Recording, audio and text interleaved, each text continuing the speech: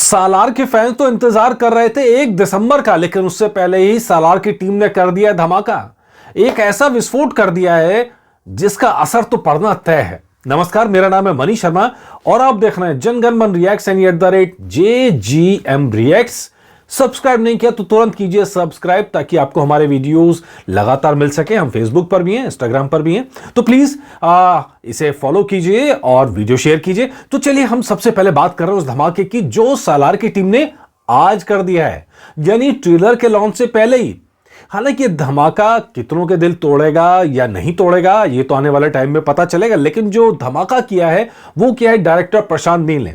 प्रशांत नील ने दावा किया है, खुलासा किया है और यह बात बताई है इंटरव्यू में कि ये KGF 2 का यूनिवर्स नहीं है, यानी सालार के अंदर KGF की झलक आपको नहीं मिलेगी। कई फैन थ्योरी चल रही थी जिसमें कहा जा रहा था कि यश तो कैमियो करने वाले हैं, लेकिन ऐसा हुआ नहीं। प्रशांत नील ने साफ कर दिया है कि कैमियो का तो सवाल ही नहीं है, वो यूनिवर्स ही अलग है KGF का, वो कहानी अलग है और यहां सालार की कहानी अलग है। और यहां के एकमात्र डायनासोर हैं वो हैं प्रभास, और प्रभास की ही चलेगी यहां पर।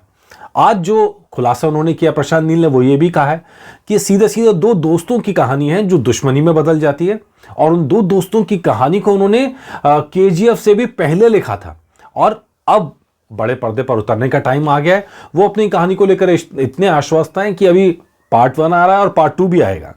और तो ये तो हुई उसकी बात। अब सीधा सीधा करते हैं उस काउंटडाउन की बात जिसका इंतजार फैंस बेसब्री के साथ कर रहे हैं, बल्कि कहना चाहिए शाहरुख का फैंस और राजकुमार हिरानी के फैंस भी कर रहे हैं। सालार के फैन इसलिए इंतजार कर रहे हैं कि 1 दिसंबर की शाम 7:19 बजेंगे और ट्रेलर लॉन्च होगा सालार का, और वो देखेंगे उनके हीरो की झलक कैसी है, फिल्म की झलक कैसी है। वहीं राजकुमार हिरानी और शाहरुख के फैन भी देखना चाह रहे हैं कि आखिर क्या मसला उतार रहे हैं, क्या मसाला लेकर आ रहे हैं, और उसके बेस पर आगे फिर वो अपनी स्ट्रेटजी बनाएंगे। खैर, इन सारी फैन वॉर के बीच में प्रशांत नील ने एक और धमाका कर दिया, लेकिन ये धमाका नहीं है, बल्कि प्रशांत नील कह रहे हैं कि वो खुद डंकी फिल्म को देखने जाएंगे क्योंकि वो राजकुमार हिरानी के बड़े फैन हैं। और राजकुमार हिरानी के बारे में वो पहले भी तारीफ कर चुके हैं। उनका कहना था कि राजकुमार हिरानी एक छोटी सी बात को, छोटे से इमोशन को ऐसे पकड़ते हैं जो कोई दूसरा नहीं कर सकता। तो अब लेकिन सवाल यह है कि जब वो इतने बड़े फैन थे तो उन्हीं के मुकाबले में फिल्म क्यों उतार दी। 21 तारीख को यहाँ पर डंकी आ रही जो 22 तारीख को आने वाली थी, लेकिन अब उसको एक दिन पहले उतारा जा रहा है। अब 22 तारीख को यहाँ पर प्रशांत नील की फिल्म आ रही है। अब सवाल है कि इसी दिन सालार को क्यों उतारा गया। प्रशांत नील कहते हैं कि उनका फैसला है ही नहीं, ये तो प्रोड्यूसर्स का फैसला है, यानी होम बोले फिल्म्स अपनी फिल्मों को लेकर इतने आश्वस्त हैं कि उन्होंने डंकी के सामने ही मैदान में अपना मोर्चा खोल दिया है। ये खास है। तो प्रशांत नील तो खैर फैन वॉर के अंदर ज्यादा वो बातें नहीं कर रहे हैं। वो तो कह रहे हैं कि नहीं, सब अच्छा है, हम तो नहीं चाहते थे इस दिन मुकाबला हो, हम तो नहीं चाहते थे कोई हमारी डेट पर फिल्म लेकर आए, और हम ये भी नहीं चाहते थे कि हम डंकी की डेट पर लेकर आए, लेकिन प्रोड्यूसर्स का फैसला है, उन्होंने अपने काम सोच के किया होगा, उसमें मैं कोई दखल नहीं दे सकता। यानी सीधे शब्दों में प्रशांत नील ने कह दिया कि फिल्म तो उसी दिन आएगी, जिसको जो करना है वो कर लो। तो अब देखना यह है कि रिजल्ट क्या रहता है, डंकी कैसा परफॉर्म करती है। अभी तक के जो आंकड़े हैं वो हमने लगातार फॉलो भी कर रहे थे। आप ये देखिए, IMDb के आंकड़े आपको दिखाते हैं।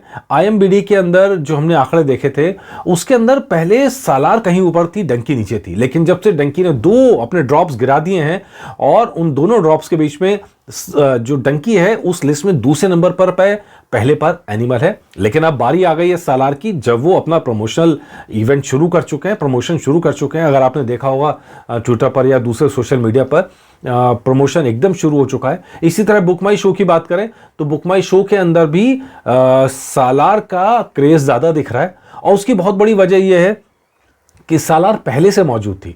सालार की पिछली डेट थी तो उसका कुछ फायदा मिला है, उसको लंबा प्रमोशन का, लंबा अटेंशन गेनिंग का टाइम मिला है। और अब डंकी से मुकाबला, डंकी थोड़ा पीछे है लेकिन सालार बहुत आगे है, 5,48,000 और उधर डंकी का है समथिंग 1,23,000। तो अब देखना यह कि सालार के ट्रेलर के गिरने के बाद में, यानी उसके प्रमोशन के बाद में अब यह आंकड़ा कैसे बदलता है, क्या ये और ऊपर जाएगा, तो देखते हैं, इसका इंतजार रहेगा। और हम भी निगाह बनाए हुए हैं, आप भी निगाह बनाए हुए हैं, देखते हैं। और इन सबके बीच में लग रहा है कि एक्वामैन कहीं पीछे छूट गई है, शायद वो भारत के अंदर पहले ही दम तोड़ देगी। भारत के अंदर उतना प्रमोशन नहीं होगा, दो बड़े क्लैश के अंदर ये तो होना ही था। तो चलिए, निगाह बनी हुई है। नमस्कार।